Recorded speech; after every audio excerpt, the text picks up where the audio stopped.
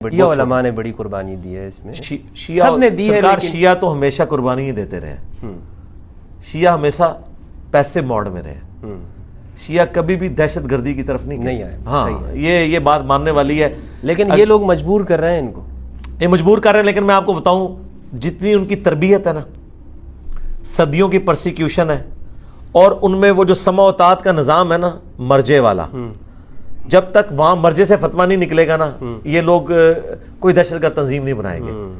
شیعہ کا مسئلہ یہ ہے کہ ان کو ڈیویٹ ہونے سے بچانا بڑا آسان ہے۔ ان کا ایک بڑا اسی طرح ہے جیسے عبدالقادر جیلانی قبر سے نکل آئے نا تو بریلویوں کی کیا حالت ہوگی، یا امام حنیفہ قبر سے نکل آئے تو دیوبندیوں کی کیا حالت ہوگی اور بریلویوں کی، وہ کہیں گے اب تو ہمیں کسی کے فتوے کی ضرورت نہیں۔ شیعہ کے لیے یہ درجہ جو ہے نا وہ خامنائی صاحب کا اور سستانی صاحب کا، ظاہر ہے وہ زندہ امام کی تقلید کرتے ہیں نا، ادھر ایک فتویٰ نکلتا ہے ختم۔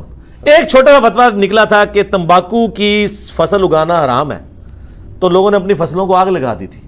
جو آپ اربوں ڈالر خرچ کر کے ختم کرتے ہیں نا منشیات، وہاں ایک فتوے سے ختم ہو جاتی ہے۔ وہ تو کہتے ہیں کہ یہ سمجھ لیں ڈائریکٹ ڈیوائن فتویٰ آ گیا۔ لہذا شیعہ کے اندر چونکہ ان کی ایک اپروچ کہ ہم نے پیسیو ریزسٹنس کرنی ہے، قربانیاں دینی ہیں اور ہارڈ لائنر نہیں ہونا، اتحاد بین المسلمین، جتنی بھی باتیں آپ دیکھیں وہی کرتے ہیں۔ لوگ کہتے ہیں یہ ایکٹنگ کر رہے ہیں، نہیں سرکار یہ ان کے مزاج میں ہے یہ چیز۔ میں آپ کو بتاؤں طاہر جمیل صاحب سے میری فون پہ بات ہو رہی تو مجھے وہ کہتے ہیں یار دیکھو ایک میں نے مولا علی لفظ بولا ہے تو شیعہ میرے ہاتھ چوم رہے ہیں، اور ادھر ہمارے سنیوں کا حال دیکھو، ایک بات میں صحیح بات کر دو، اختلاف نہ کرو، صرف صحیح بات بتا دو۔ حدیث تو سنیوں کی تھی من کنتم مولا فہذا علی مولا، صرف اقرار کر لو۔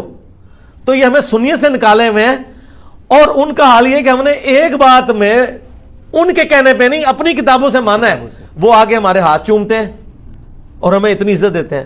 تو مجھے کہہ رہے تھے کہ اس کی وجہ کیا ہے، میں نے کہا اس کی وجہ یہ ہے کہ ان کی صدیوں سے ہوئی ہے پرسیکیوشن، وہ پیسے موڈ کے اندر ہے، اور ان کو ڈوبتے کو تنکے کا سہارا ہے، ذرا سا بھی ان کو کوئی ایک روشنی کی کرن نظر آتی ہے نا، ٹھیک ہے، تو وہ عقیدت کے اس لیول پہ چلے جاتے ہیں۔ صحیح۔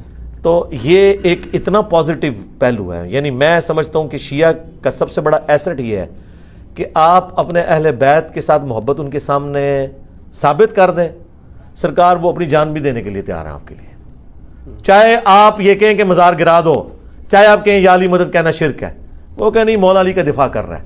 دیکھ لیں آج بھی محرم کے دنوں میں سب سے زیادہ ویڈیوز میری شیئر ہو رہی ہوتی ہیں، حالانکہ میرا توحید کے بارے میں کتنا سخت سٹانس ہے، اور اسی طریقے سے اور عقیدہ امامت کے بارے میں بہت ہارڈ لائنر ہوں، لیکن انہوں نے ایک خوبی پکڑی کہ نہیں اہل بیت کا دفاع کر رہا ہے، باقی چیزوں پہ کمپرومائز ہوگا۔